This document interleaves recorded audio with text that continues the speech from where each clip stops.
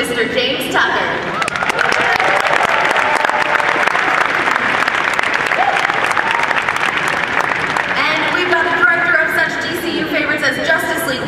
Justice League, The Flashpoint Paradox, and Batman, The Dark Knight Returns, and, you know, he's Zack Snyder's personal storyboard artist on his live-action films, too. Our director on Batman vs. Robin, Jay Oliva.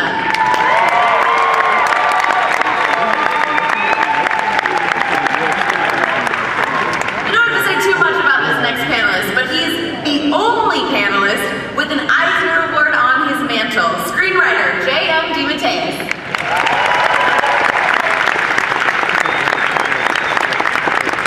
And recently named by Variety as one of the ones to watch in animation, Emmy Award-winning character designer, Phil Barassa. And we've got 8-time Emmy Award winner and the dialogue director for just about, every animated piece of entertainment since they invented the medium. We've got Andrea Romano.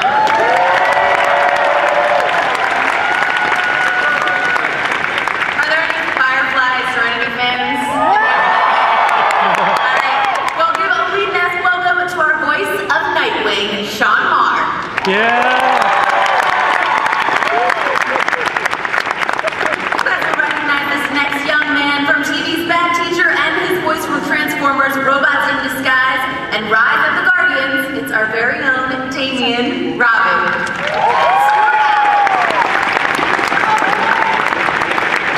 And finally, know him from Terra Nova, Vegas, Life on Mars, and you'll soon love him on USA Network's Complications, our voice of Batman, Jason O'Mara.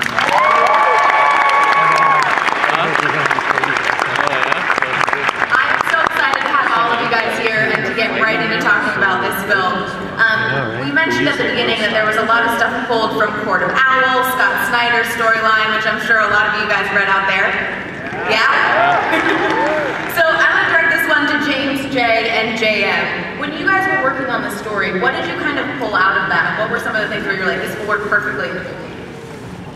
Well, they're just such a great set of villains. I mean, the Court of Owls is like the best villain group that's ever been created for Batman, going back to the League of Assassins. So using them was a no-brainer. We just wanted to use them, but fit them also into a story that would work with what we had set up with Damian. How about for you guys? Yeah.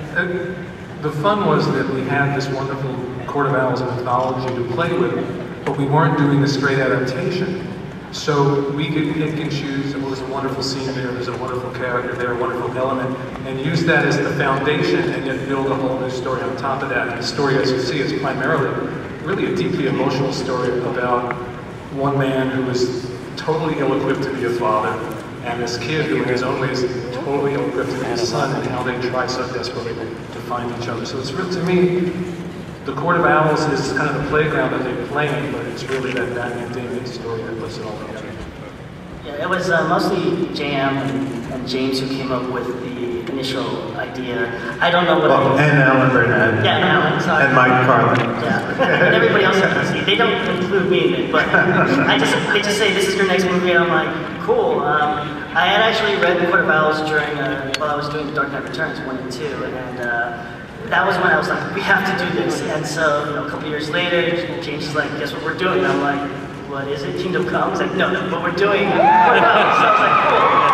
And so, like, for me, after I got JM's script, I was very excited about it. So when I went through, and just like you said, I grabbed panels that Record Polo had done, and I thought, okay, this would be a good sequence. And other things, you know, kind of cherry pick with our movies and pick and choose what we think is cool, what we like, and what works organically with the storyline.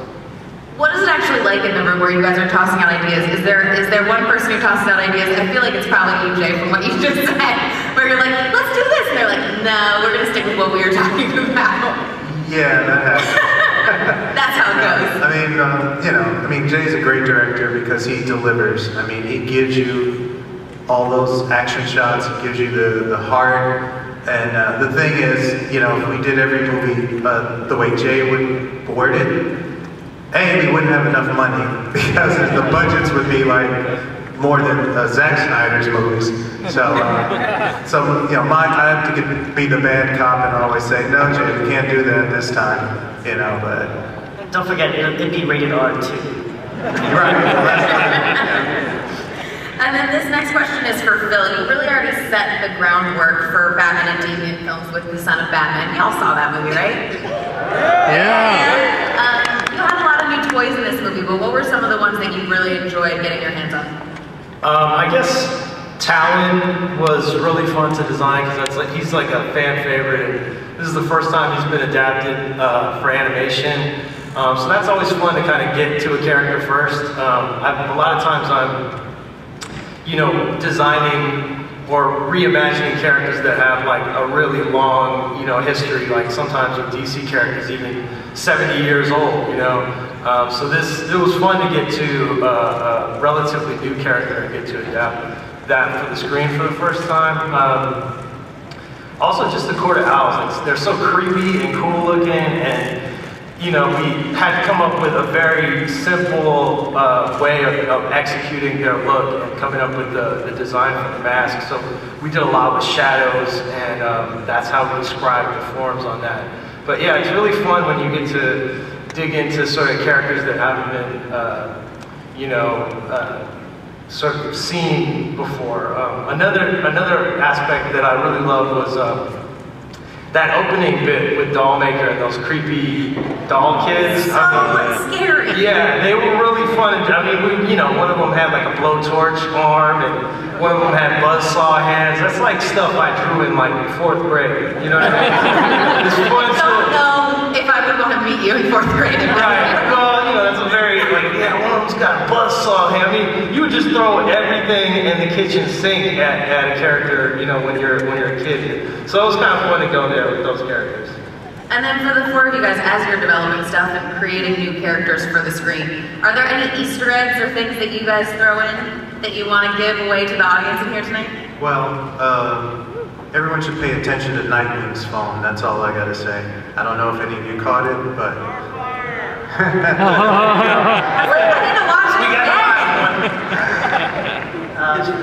There's all of my films. I put like movie references that I love, or like Assault on Arkham. There's a little Die Hard kind of feel through it. I think Back to the Future was on Flashpoint Paradox. This one, I think there's a lot of things that I combined in here. But if you notice, like the combination for the lock that Damian figures out is 1939, which is the year that Batman came out. Yeah, there's quite a few out there. I can't remember off the top of my head because it's like 4 movies ahead. When Damian's closing the file at the back computer, and you see Dollmaker's known associates, one of them is a very known Batman's Rogues Gallery member. So yeah, it's on screen for a second. So you blink and missed it. Well, no, they can just go out and get it on April 14th and rewatch it for all those Easter eggs, right? Yeah. All right, so let's get into some of the voice actors down there on the other end of the table. So this is the second film in the series, and the way the film ended, I feel like we're definitely going to see quite a bit more. But do you guys feel like you've really kind of hit your stride and feel really confident with these characters? And for you, Andrea, directing everybody as well. It was a bit easier directing actors who had played the roles before than someone who's never played it before, certainly. Not only did they have the experience of working together in some instances, but they understood what the other actor sounds like and acts like. Very often we don't get the chance to record the actors in the room at the same time, but they had actually heard each other before. So when Damian is speaking to Nightwing, he knows what Sean is going to sound like when he responds. He knows what that voice is going to sound like, even though they didn't record in the room at the same time. So I think that the energy, too, was also built upon what we'd already established in the previous films.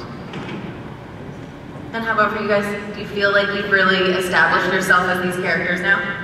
Especially with you, Jason. I know we talked on DC All Access, and it was before the first film came out. I had you do some pretty funny things with the voice. You did. Maybe we'll have you list a little grocery list later, but do you feel like this character is yours now? No, I think Batman is shared by many actors and many portrayals. I think this is my fourth film, second in the series, but my fourth film voicing Batman and Bruce, and I think what was different about this was I got to spend more time with Bruce.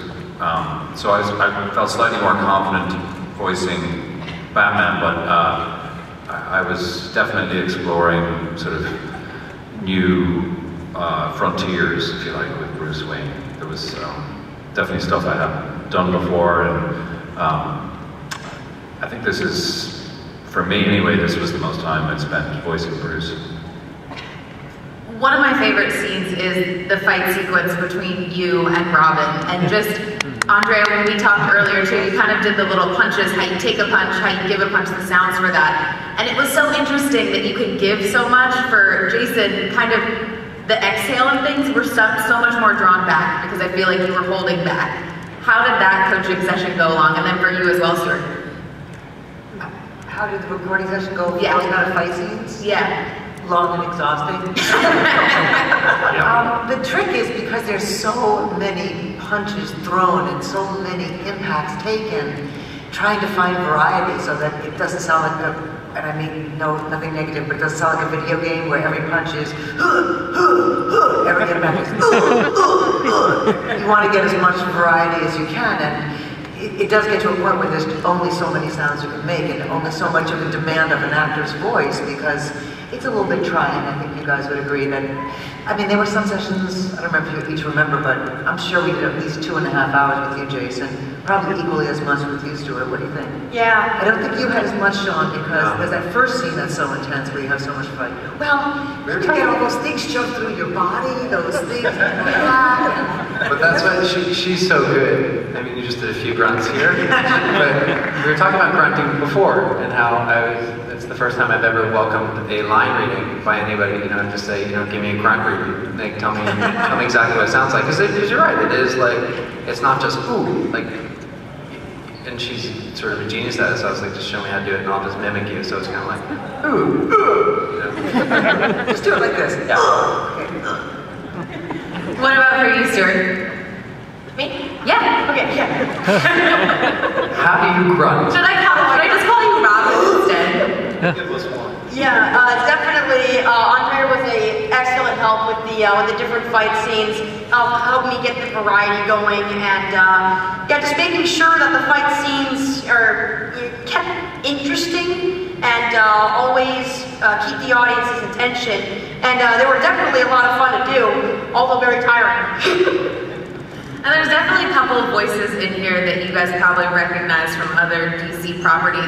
Jeremy Sisto is back, and in this one, he's voicing Talon. So how did that kind of come about? Because he'd previously done Batman. Yeah, I liked working with Jeremy so much before, and it wasn't an enormous role as far as, I mean, it was Batman, it's an enormous role, but it wasn't a tremendous amount of lines in the previous project we'd done before. So we've been looking for something to work with Jeremy with, you know, again. And at that time when we recorded him previously, he was in New York and we were in Los Angeles, and that's always a little bit, I don't know, I like having the actor in the room with me at the same time. And Jeremy's been shooting in Los Angeles. You like being able to actually punch them to get those grunts, When right? I can. But it was nice to know that he was in town and available when, you know, we could work out the schedule within our production period, and then we found this nice role. The problem with the characters like Talon or Grandmaster or any of those characters, they're masked. And so you have to have voices that are distinctive enough, so when you have, say, 2 or 3 masked characters speaking at the same time, so that you can tell who's speaking. There's that one scene where it took me a moment to figure out, now, who was that? Is that our lieutenant?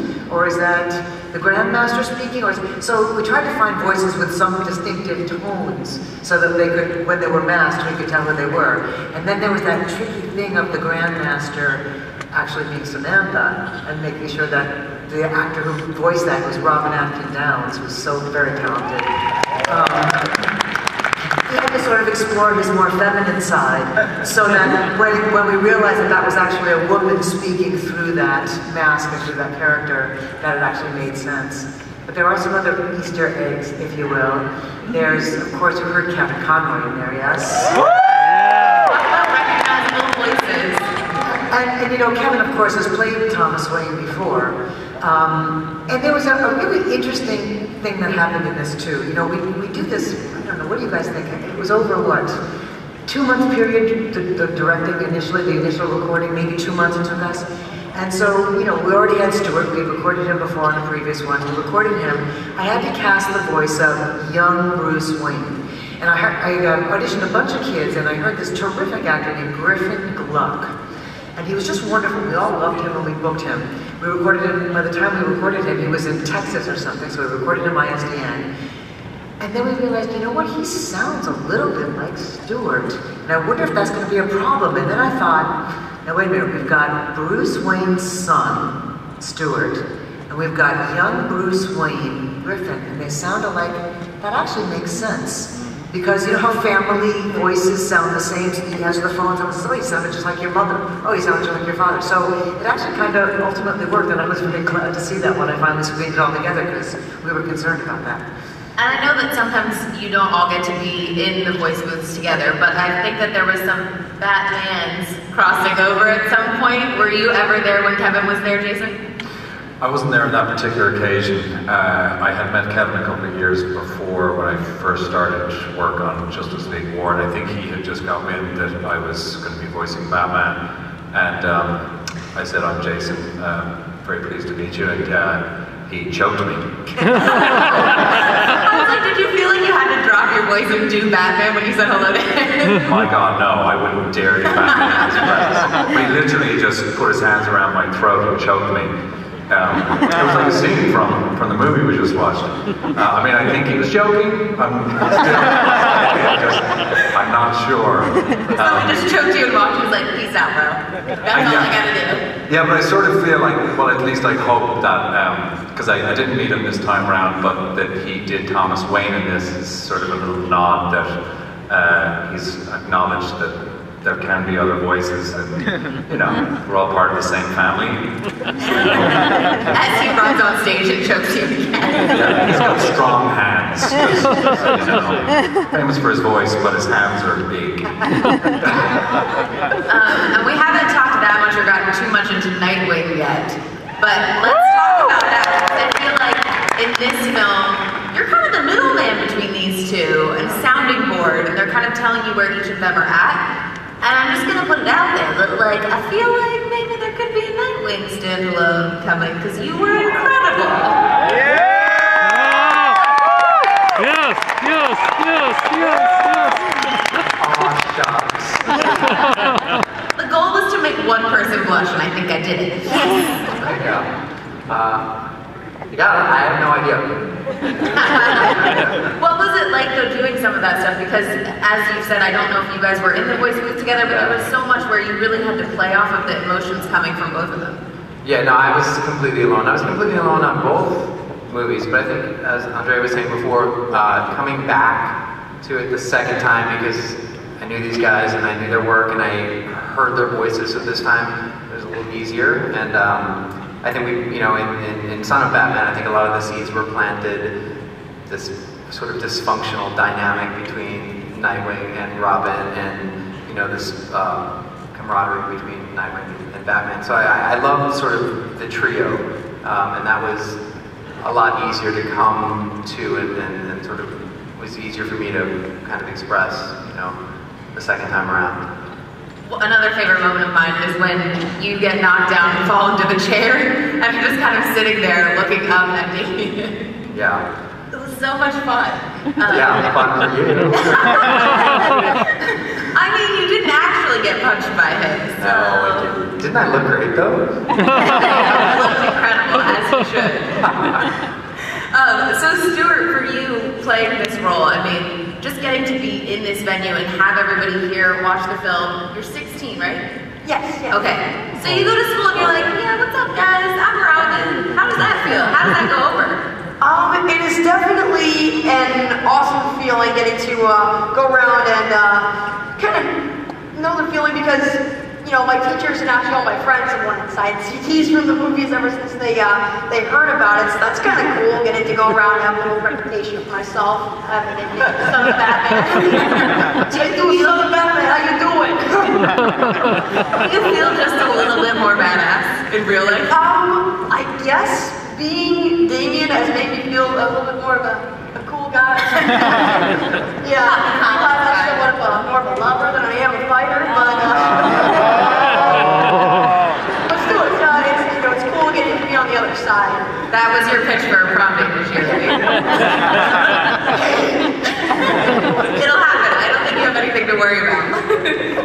We haven't got to talk much either about the creepy factor in this one. The beginning scene with the doll maker, another incredible Easter egg of voice. Weird Al. I've known Al for a long time. As a matter of fact, oddly enough, my husband, before I met him, designed Al's first album cover. So this is very strange sort of. But Al, I always like to cast against type, and you wouldn't naturally think of Al for this role, one would think, because I've used him quite often on other things, but always kind of in a more comic role. And I thought, let's do something creepy with Al. And one of the funny things was, I thought his performance was terrific, and I know we technically played with it a little bit, but it was this acting, I think that was the creepiest. But whenever we get ready to prepare the end credits, I said, so how would you like your end credit? He said, maybe not Weird Al for this one. Maybe just Al. Okay, I understand. But he did a really nice job, and you know, he did the initial record, and then we always have to go back in and do ADR to picture because there's physical things that happen that we just can't anticipate. And so all that crying and screaming as he's being pulled back in the earlier scenes was all done to picture. And he hasn't had a lot of experience doing that. He was really quite good at it. And there's that, I don't know if you could hear it so much, but he's got a tiny, it's like an S that's not clear. It's not a lift. It's a slight, and there's something childish about that, and I thought that was so perfect for this character to have that sort of childish, and especially when he's crying, no, I love these kids, and it's got that. He was perfectly terrifying, that is for sure. I was already scared of dolls, and now it's even worse. And then for you guys over here, just the themes throughout this one, I really felt like there was a lot of mentorship, and then there were a lot more twists in this one. Was that something that you guys set out to do from the very beginning? Oh yeah, I mean, that's the whole point. I mean, we always try to do that. So with this one, I think with the Batman stuff, and particularly now that we have Damien, the whole father-son dynamic brings so much more to the table than what usually goes with Batman. I mean, there's a lot that goes with Batman. But I think all of us are used to it because it's just, you know, we know what a good Batman story is.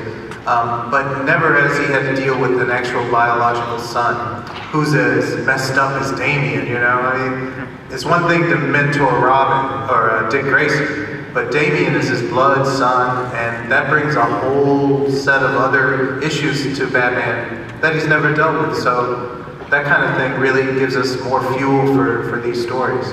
And it was even in the backstory with Talon as well. Yeah, I mean, the whole theme throughout this is messed up fathers and son relationships, basically. I mean, even Dollmaker had a really messed up father-son relationship, so. I don't know if we went in knowing that was going to happen. I didn't realize it until I saw it. We're so brilliant and we didn't know it. Yeah, one of the things that I think I love about at least this storyline for Batman is that, I mean, we've seen Batman before, he kicks ass and takes names, and we love him for that. And I think it was a great idea that James had and Alan and everybody else at DC to introduce Damien into the storyline, because if you think about it, we've never seen Father Bruce Wayne. I mean, we've seen superhero Batman, we've seen Bruce Wayne the billionaire and his lifestyle, but now we introduce his biological son, and I think his decisions are really messed up because of that, because he doesn't know how to react, because he didn't grow up without a father. You know, Thomas Wayne was taken away from him at an early age. As, you know, although Alfred did kind of assume the role, I hope you guys picked that up in there. Well, I wanted to get across in that flashback sequence in the museum that was the moment there that Alfred wasn't just a butler. He was talking. If you notice, he made little Bruce a sandwich because he doesn't know how to raise a kid. And so this kid comes home at like 3 in the morning and he's crying, and Alfred's like, "Would you like a sandwich?" but when he opens up to Alfred, that moment at the end when Bruce is dying, and that's why I like doing the crosscut. I like that moment where Bruce is dying next to the T-Rex skull, and he flashes back to the moment when Alfred actually touches him and kind of assumes that role, because I think Alfred knows that if I don't do something for this boy, I don't know where he's going to go. And I think Bruce feels that way. He feels like I have to be something to Damien, but he doesn't know how. So if you notice in the beginning of the film, he's very cold to Damien because he doesn't know how to react to this boy. But at the end, like everything, everybody just needs a hug, and that's all. That's what I mean. And that basically fixes everything. You know, the other thing is, with a character like Batman, how many years? 75 years of Batman years. We've explored from every possible angle. And by bringing Damien in, we're getting to see this character in a way we've never seen him before. We're shining a light on a part of his psyche and his soul that's never been touched before. And that, you know, to find something new in a character like Batman is a phenomenal thing. All right, well, since you guys all came out to see this movie, I think it's about time to hand it over to you guys. Let's take some fan questions for the panelists. Who do we have first? There's a mic. Oh, I love you. Wow. Oh, it's Batman. What's your name? I know it's Bruce Bat. Which one do you want to go by tonight? I'm Batman. I was the same Batman from last year, the first one. Anyways, it seemed like the voice actors were much more livelier, better. I want to know from Andrea Romano and the voice actors, what did you learn from last year? What did you do different? Well, there's part of it's just plain experience. The more you do it, the better you get at it. You thought they were more active, did you say? I mean, the piece itself demands more, there's so much physical action in this. I don't even know how many fight scenes. There were some fight scenes that we had to do that actually had, when Jay would be there, we'd have to run it frame by frame to see Jay explain as it went through. Okay, well, actually Damien's jumping up and he's doing a double kick and then hitting the ground and then throwing a batarang and then kicking again twice and then flipping and coming back, and that happens in a second. My God. It was really unbelievable. And so that simply, energy-wise, action-wise, makes these guys do so much more. I think it helps if you beat up the voice actors as much as possible. That used to help. I think also, though, that in Son of Batman, there was a lot of setup of the Bruce and Damien story, and here we had a lot of that payoff. You know, we could really get into the emotion of their relationship, and all of the father-son relationships in the film. Obviously, there's more than one, there are multiple. And I know, I can only speak for myself, but I really enjoyed exploring that as an actor, and obviously scenes like the one where he gets drugged by the Court of Owls and sort of goes into this mind warp is just where the meat is, you know, for an actor. So I just enjoyed playing it. Yeah, I definitely have to agree with Andrea. It definitely comes from experiences at first off, because you really get to fit into the character's shoes better first off, and also, you know, she said, you know, it demands definitely a lot more energy and the different shots, and I guess also because this concept is a bit maybe deeper, I would say, because it relates to like the father-son relationships. Like Damien, he's basically reached that stage in his life where he's wondering like who he is, what he wants to do with his life. So obviously there's conflict with that, and that's kind of like what you see somewhat in everyday life. So it's a lot more relatable, I guess, and that really helps you bring out the energy. Good answer, Stuart. Thank you. And I forgot to mention, you asked a great question to begin with, but we are giving prizes for the best questions tonight, so make sure you give some really good questions for these guys. Are you okay? You good? I love that these two are costumed already. What is your name and what is your question?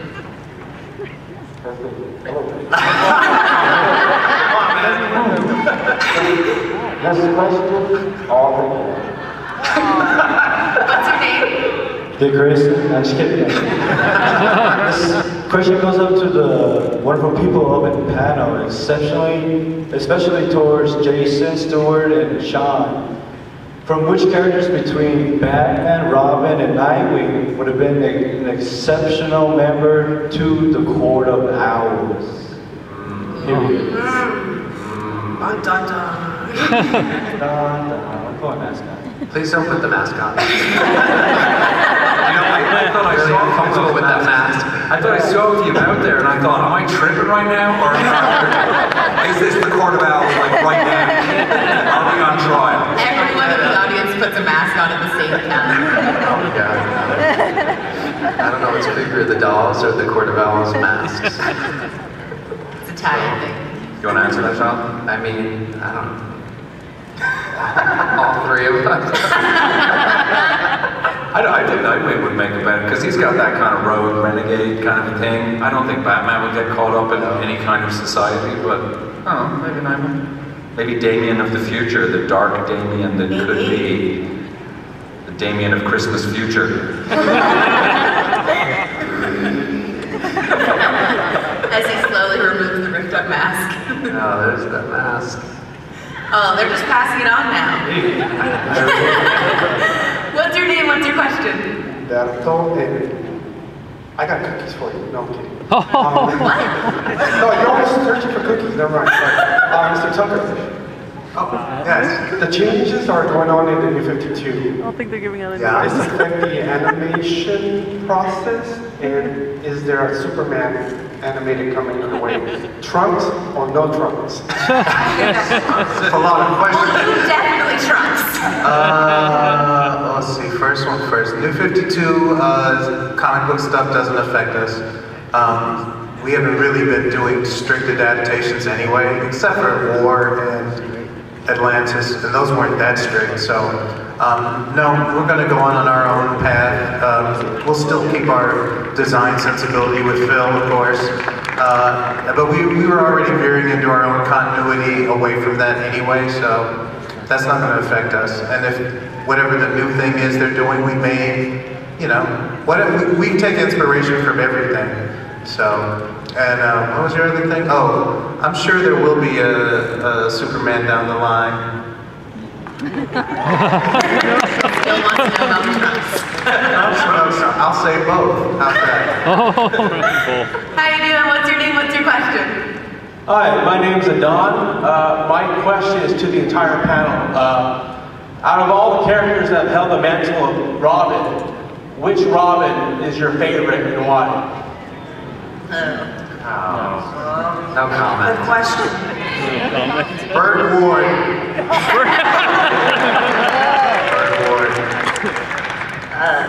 I like Carrie Kelly because she was in Dark Knight Returns.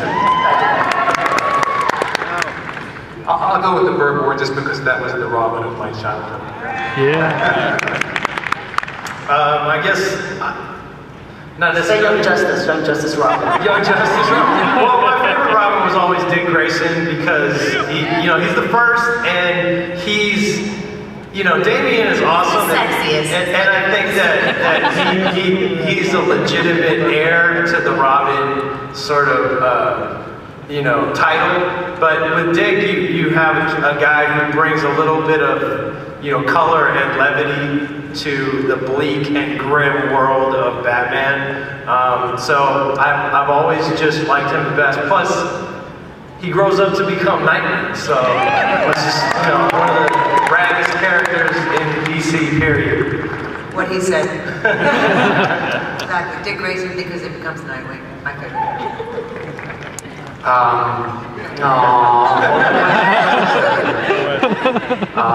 Damien. I was not expecting that. Thank you. I guess maybe I have to choose between two because first off I'm biased because the Damien thing, that's the first of all. But also I guess I would pick Dick Grayson because after all he was the first Robin and he started it all and also because he becomes that way, what you guys said.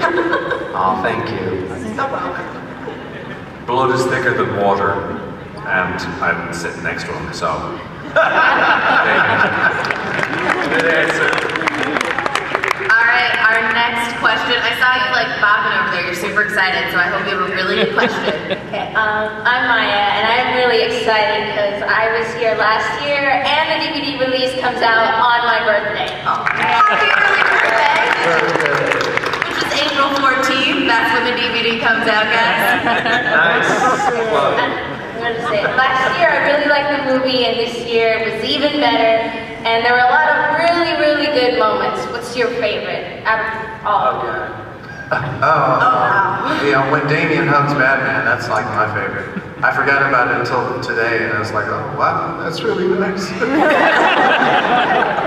Jay's gonna take mine. What? You're gonna get mine first, for sure. Oh, maybe. Well, mine is actually the Nightwing Damian fight early, because I saw when I watched Son of Batman, I was thinking to myself, you really need to show them fighting. And so when I read James' script and they actually got babysitter, I just thought, time to do some fan service, do some Damian versus Nightwing, and just go all out. So that's one of my favorite sequences. Yeah, the scene you mentioned before with Alfred and little Bruce, it's like one of the quietest scenes in the movie, but that's the scene that really jumped out at me. I loved writing it, and I loved the way it was realized on the screen. There was another moment though, and I saw it again tonight, really early with the doll maker sequence when that kid comes out of the cage. This wasn't in the script, it's just we did this. And the way that Batman kind of hesitated and reacted before he hugged that kid, it was beautiful. It was a great moment. Shotgun Alfred? Yeah! My God. Brutal! I like the tribute scene. I thought that was so wonderfully animated that when everything starts vibrating, it just looks so... It just is so bizarre and wonderful. I don't think we've ever done anything like that before in any of the videos that we've done. It was quite remarkable, I thought. I was gonna say Alfred with the shotgun. Thanks, Phil. Yeah. How about when he kept firing the shotgun? All right, I guess mine would be, a choice between two. First off, the Nightwing and Damian scene. I just really like the fighting scene. It's just really cool. And also, this was like more of a curious scene for me. Like when Talon kills himself using Damian, it's like this weird way where like basically, he thought what he was doing was right all his life, and after just seeing what he's done, I guess he just couldn't live with himself, but he just didn't want to admit to himself that he committed suicide. So yeah, he used Damian in his place somewhat. Yeah, it's I just like it. It seemed really curious to me. I thought it was going to be get the hell out of my cave. That's mine! But I was so distracted with, right before that, I kind of said sons of bitches, and bitches kind of came out a bit Irish. I don't know if you know. Can you just do it right now? Yes, sons of bitches. Then like Batman had a couple in the pub before. You get punched that many times.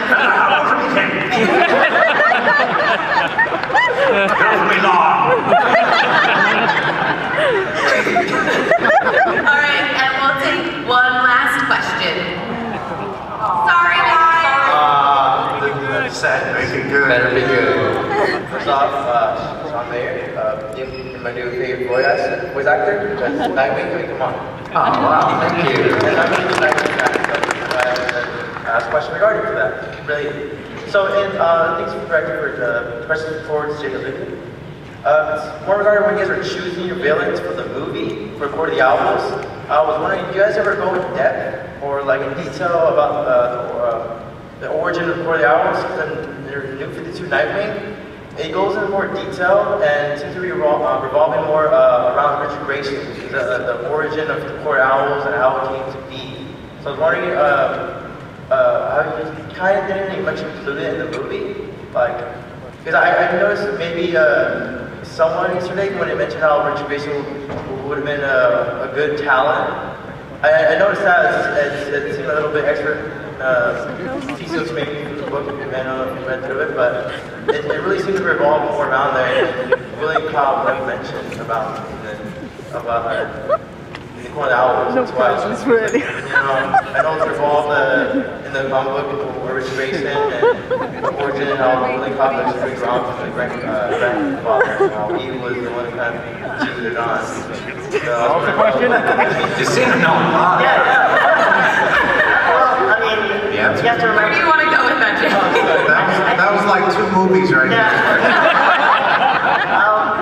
You have to remember that this is a different continuity from the comics. So like a lot of the things that have happened to the Batman that we love and know is different in this continuity. In this continuity, this is basically part 4 of what we started in Justice League War. So you've only seen that. So going into in-depth and going into the Court of Owls and the background that was in the comics, I think that was fantastic. I mean, of course, I read it all the way through. I have to do some research, a little bit. But the thing is, you gotta remember, like, we try as much as we can to make it work organically. This is a story about really Damian and his father, Bruce. And also, you know, that narrative, it just lended itself really nicely for the Court of Owls. Now, that doesn't mean that the Court of Owls is gone. There's no reason we can't bring back the Court of Owls. We might have the European faction of the Court of Owls or something show up. And we can bring in, you know, the Nightwing storyline that we did like from the comics.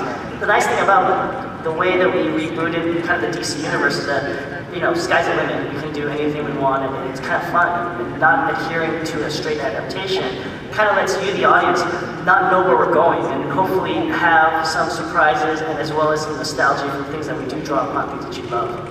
Sky is definitely the limit with these movies. Thank you guys so much for taking all of our